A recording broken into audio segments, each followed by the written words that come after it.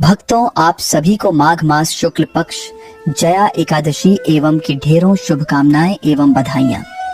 भक्तों, आज के इस वीडियो में हम बात करेंगे जय एकादशी के विषय में कि माघ शुक्ल जया एकादशी का व्रत किस दिन किया जाएगा, 28 जनवरी या फिर 29 जनवरी। भक्ति बड़े कंफ्यूजन की स्थिति में है, तो आज हम आपके इस कंफ्यूजन दूर करेंगे। इसी के साथ जानेंगे कि एकादशी व्रत को कैसे करना चाहिए, इस तिथि की महिमा क्या है, क्या भगवान श्री कृष्ण इसके विषय में कहते हैं, इस व्रत को पूर्ण कैसे करना चाहिए अर्थात पारण कैसे करना चाहिए, इस व्रत के क्या है, पूजन कैसे करना है, कब इसको पूर्ण करना चाहिए, और दशमी तिथि अर्थात व्रत के एक दिन पूर्व के नियम जो हैं वह कब से आरंभ होंगे और क्या नियम होंगे, इस दिन क्या खाना चाहिए, क्या नहीं करना चाहिए, वह कौन से कर्म हैं जो इस दिन भूल के भी नहीं किए जाने चाहिए, अन्यथा पाप उत्पन्न होता है। इस प्रकार से संपूर्ण जानकारी आने वाली माघ शुक्ल जया एकादशी के विषय में आपको प्रदान की जाएगी। आपसे है कि वीडियो यदि थोड़ा सा भी उपयोगी लगे तो कृपया एक बार लाइक अवश्य कर दीजिएगा, और जो कोई भक्त करने के लिए अपने व्रत की सफलता के लिए कमेंट बॉक्स में अवश्य लिखिएगा जय श्री हरि या ओम नमो भगवते वासुदेवाय। इस चैनल पर हम बात करते हैं आने वाली एकादशी की। प्रिय भक्तों, माघ मास की प्रत्येक तिथि की बड़ी महिमा है। माघ मास में बसंत पंचमी आती है, माघ मास में शुक्ल तृतीया की बड़ी महिमा है, माघ शुक्ल पंचमी की बड़ी महिमा है, और माघ शुक्ल अष्टमी जिस दिन दुर्गाष्टमी होती है, नवरात्रों की गुप्त नवरात्रि की उसकी बड़ी महिमा है। माघ शुक्ल नवमी की भी बड़ी, तो माघ मास बड़ा महत्वपूर्ण माह होता है। भगवान नारायण कहते हैं कि जो माघ स्नान करता है या माघ मास की एकादशी का व्रत करता है, उसके सभी पापों का वह नाश कर देते हैं। माघ मास की अपनी अद्भुत महिमा है। साहब, माघ मास के विषय में आप जानते ही हैं, माघ स्नान से बड़े बड़े पाप नष्ट हो जाते हैं, और जब माघ मास का शुक्ल पक्ष शुरू हो जाता है तो वहाँ तो एक एक तिथि में भर भर के पुण्य है। देखिए, इस बार द्वितीया को अर्थात 20 तारीख को द्वितीया होगी, और द्वितीय को बड़ा ही शुभ योग बन रहा है। व्यतिपात योग और पंचक अनंत गुणा फल है इसका।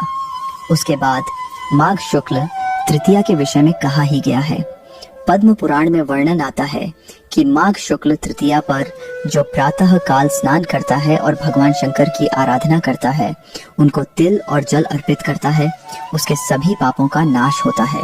माघ शुक्ल सब जानते हैं, बसंत पंचमी होती है। माघ शुक्ल अष्टमी और नवमी, यह दोनों ही गुप्त नवरात्रि की दुर्गाष्टमी और दुर्गा नवमी है। उसके बाद एकादशी आ जाती है। शास्त्र कहते हैं कि जया एकादशी मनुष्य को जय दिलाने वाली है, विजय दिलाने वाली है। जो मनुष्य इस दिन विधिवत भगवान नारायण का पूजन करता है और भगवान नारायण को शंख से स्नान कराता है, उसके सभी पापों का नाश हो जाता है।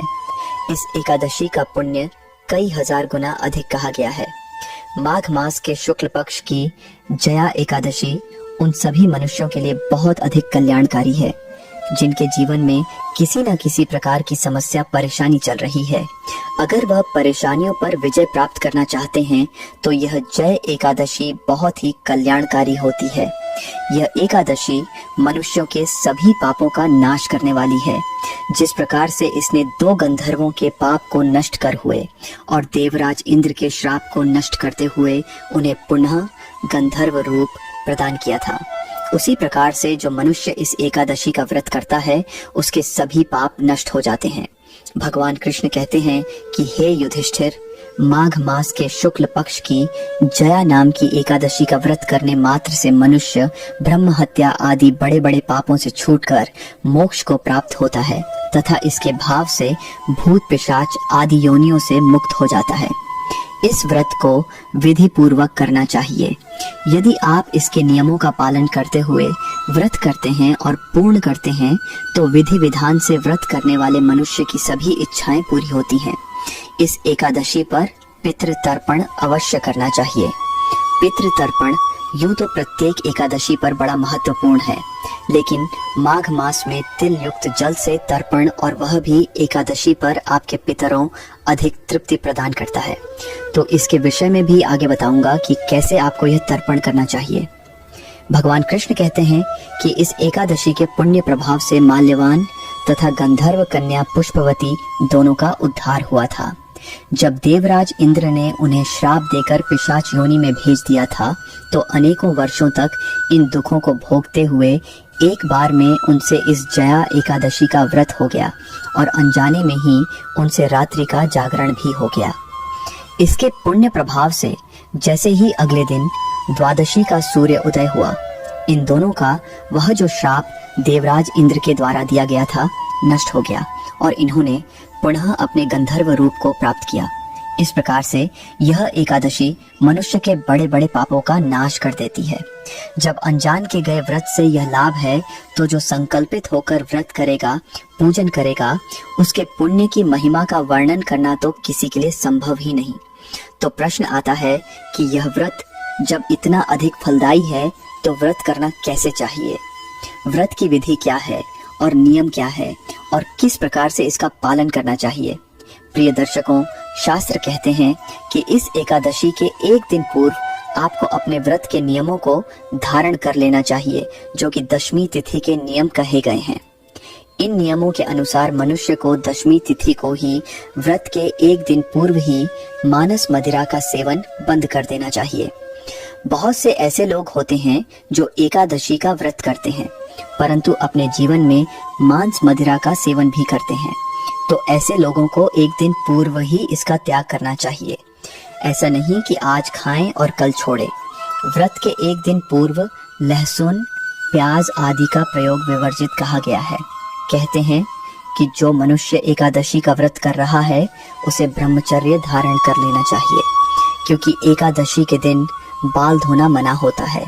एकादशी के दिन बाल नहीं धोए जाते, क्योंकि शास्त्रों में साफ साफ लिखा हुआ है कि एकादशी पर बाल नहीं धोने चाहिए। क्यों नहीं धोने चाहिए, इसका भी वर्णन किया था।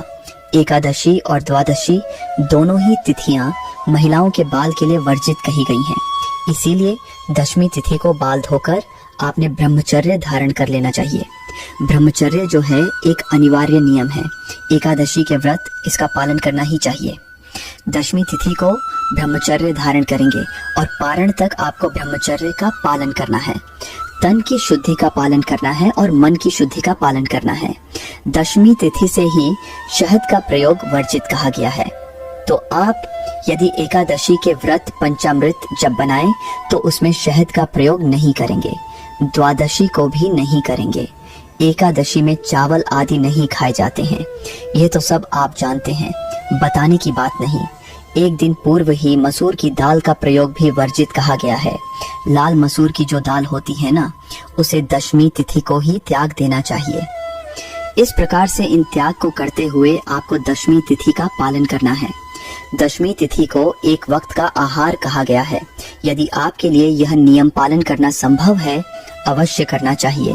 केवल दिन में दिवसकालीन समय में ही आपको अन्न ग्रहण करना चाहिए। रात्रिकालीन बेला में अन्न ग्रहण नहीं करना चाहिए। लेकिन आज के समय बहुत सारी दवाइयां चल रही होती हैं, बहुत सारी शारीरिक परेशानियां हैं, तो जिनसे यह नियम पालन ना हो, वह ऐसा नहीं कि अपने स्वास्थ्य के साथ कुछ परेशानी हो जाए। इसीलिए जिसके लिए संभव हो, वह इन नियमों का पालन करें। रात्रि को सोने से पहले अच्छे से दंत धावन करना चाहिए, जिससे कि मुंह में किसी भी प्रकार का अन्न का दान ना रहे। और एकादशी के व्रत वाले दिन आपको सुबह सूर्योदय से पहले उठ जाना चाहिए। माघ मास और माघ शुक्ल एकादशी पर गंगा स्नान का बड़ा फल है, यमुना स्नान का बड़ा फल है, त्रिवेणी स्नान का बड़ा फल है। जो लोग बाहर ना जा पाए, वह घर पर ही गंगा के जल से स्नान करें। जो आपका स्नान करने का पात्र है, बाल्टी या टब, जिसमें भी आप जल भरते हैं, उसमें पहले थोड़ा गंगा जल डालिए, फिर आप शुद्ध जल भरिए और उससे आप स्नान अगर संभव हो तो काले तिल उसमें डाल लीजिएगा। ये जो स्नान है, ये बड़ा कल्याणकारी रहेगा। इस दिन आपको इस प्रकार से स्नान करना चाहिए। स्नान जो है वह सूर्योदय से पहले या सूर्योदय के समय तक हो जाए, वह उत्तम रहेगा। इसके दो लाभ है। एक तो यह माघ मास की एकादशी है, तो इससे माघ मास के स्नान का फल भी प्राप्त होगा। माघ मास मातम में भी परसों के अध्याय में ही वर्णन आया था। अगर आपने सुना हो तो यदि मनुष्य 3 दिन, ब्रह्मदेव ने कहा है, मनुष्य 3 दिन माघ स्नान कर लेता है तो उसे भी अपने पापों से मुक्ति मिल जाती है। तो आप माघ मास के 3 दिन और 5 दिन में भी माघ स्नान का फल प्राप्त कर सकते हैं, पुण्य प्राप्त कर सकते हैं। ऐसे अवसरों को हाथ से नहीं जाने देना चाहिए। इसीलिए प्रयास कीजिएगा कि इस दिन आप सूर्योदय से पहले या अंतिम समय, जब सूर्योदय हो रहा हो, उस समय स्नान कर लीजिए। स्नान आदि करके स्वच्छ वस्त्र धारण कीजिए। स्वच्छ वस्त्र धारण करके आपकी की जो कथा आदि है उसको सुनिए। अगर मैं आधी सुनते हैं तो उसको सुनिए। फिर आप पहले एकादशी का पूजन कर सकते हैं, भगवान नारायण का। फिर आप एक साथ बैठकर महत्व में और एकादशी कथा आदि सुनिएगा। तो एकादशी वाले दिन आपको सूर्योदय से पहले उठकर स्नान आदि करना है।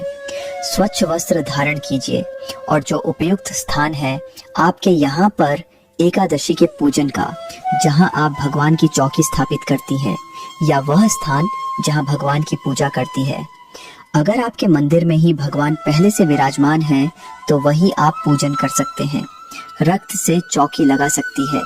मैं सामान्य सामग्री आपको बता देता हूँ। क्या सामग्री की आवश्यकता होगी? पूजा के लिए आपके पास भगवान नारायण की कोई तस्वीर या प्रतिमा होनी चाहिए, भगवान विष्णु की। इसके अतिरिक्त उन्हें स्थापित करने के लिए एक चौकी होनी चाहिए। उस पर बिछाने के लिए पीला या लाल वस्त्र होना चाहिए। पूजा में अर्पित करने के लिए रोली मोली पान के 2 पत्ते आएंगे। आज के लिए एक पारण वाले दिन के लिए सुपारी 2 आएंगी।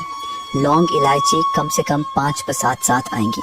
धूप और दीप दिया 2 दिन जलेगा। आप चाहे तो एकादशी के दिन ही अखंड ज्योत जला सकते हैं, जो आज से एकादशी व्रत वाले दिन सुबह जब पूजन करेंगे तब आरंभ होगी, जलाई जाएगी और यह अगले दिन पारण तक जलानी है। या आप आज दिया जलाइए पूजा के समय और उसके बाद कल फिर से दिया जलाइए। जैसी आपके सामर्थ्य और श्रद्धा हो वैसे आप कर सकते हैं। धूप दीप न वैद्य नैवेद्य के रूप में इस एकादशी पर भी तिल युक्त कोई मिठाई है तो उसका भोग लगाना उत्तम रहेगा। अन्यथा आप टतु फल ला सकते हैं। अमरूद का समय है।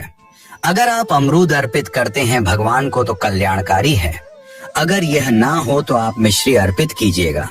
जिन क्षेत्रों में बताशे प्रयोग होते हो वहां बताशे प्रयोग कर सकते हैं। भगवान को अर्पित करने के लिए जनेऊ की आवश्यकता होगी। 2 जनेऊ चाहिएगी, एक व्रत वाले दिन और एक पारण वाले दिन के लिए। और इत्र ले लीजिएगा। इस सामग्री की आवश्यक रहेगी पूजा के लिए।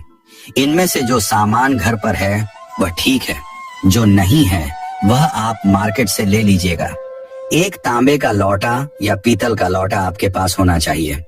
वह जो आप प्रतिदिन पूजन में यूज करते होंगे वह भी प्रयोग कर सकते हैं। यह सारी सामग्री है जिसकी आपको आवश्यकता होगी और उसके बाद आप भगवान का पूजन करेंगे। संकल्प करते हुए संकल्प करना अनिवार्य है।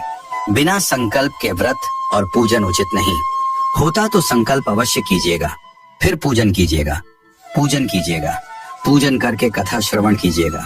कथा के साथ विष्णु सहस्त्र नाम का श्रवण आप अवश्य कीजिएगा। विष्णु सहस्त्र नाम और कथा दोनों एक साथ, और फिर आरती कीजिएगा। यदि हमारे चैनल पर नए हैं तो सब्सक्राइब करिए। तो इस प्रकार से आप यह कथा सुन के और विष्णु सहस्त्र नाम सुनकर आरती कीजिए। इसके बाद आपने पितरों को जल अवश्य देना है। पितृ तर्पण अवश्य करना है। पितृ तर्पण की बड़ी ही सरल विधि मैंने पहले बहुत बार बताई है। अभी संक्षिप्त में ही बताऊंगा कि आप गीता 7वें अध्याय को सुनते हुए पितृ तर्पण कीजिएगा। पितृ तर्पण एक ऐसी चीज है जिसको जितना किया जाए उतना कल्याणकारी होता है। प्रिय दर्शकों, आपके जीवन को अगर आपने सुगम्य बनाना है, सरल बनाना है, तो आपको निश्चित ही समय समय पर अपने पितरों की पूजा करनी चाहिए। पितृ तर्पण, जल तर्पण आदि करते रहना चाहिए। अगर आप ये करते रहेंगे तो निश्चित आपके जीवन में परेशानियां नहीं आएंगी। एकादशी पर आपने जल तर्पण करने के लिए लेना है तांबे का या पीतल का। उसमें पहले थोड़ा गंगा जल भरिए, फिर शुद्ध जल भरिए, थोड़े से काले तिल उसमें डालिएगा, मिल जाए तो डाल लीजिएगा। सफेद पुष्प डाल लीजिएगा। उस लोटे को लीजिए, एक आसन लगाइए, दक्षिण दिशा की ओर मुख करके बैठ जाइए। लोटे को रखिए सामने और फिर गीता के 7वां अध्याय का श्रवण कीजिए। गीता का 7वां अध्याय सुनिए। सुनने के बाद उसका जो पुण्य है वह अपने पितरों को अर्पित कीजिए। दोनों हाथों में लौटे को उठा लीजिएगा। भगवान नारायण का ध्यान करते हुए संकल्प कीजिए कि प्रभु, मैंने जो गीता का 7वां अध्याय सुना है, इससे जो भी पुण्य होता है वह संपूर्ण पुण्य मैं अपने पितरों को अर्पित करता हूँ। ये उन्हें प्राप्त हो और इससे वह तृप्त हो। यह पुण्य आप अपने सभी पितरों को अर्पित करें। या आपको लगता है कोई ऐसा विशेष पितर जिसकी मुक्ति की संभावना कम लगती हो, कि या तो उनके कर्म कुछ ऐसे रहे हो या उनकी मृत्यु ऐसे हालात में हुई हो जहां मुक्ति ना मिलती हो, तो आप उनको विशेष रूप से इसका पुण्य अर्पित कीजिए। या आप सर्वे पितृ बोल सकते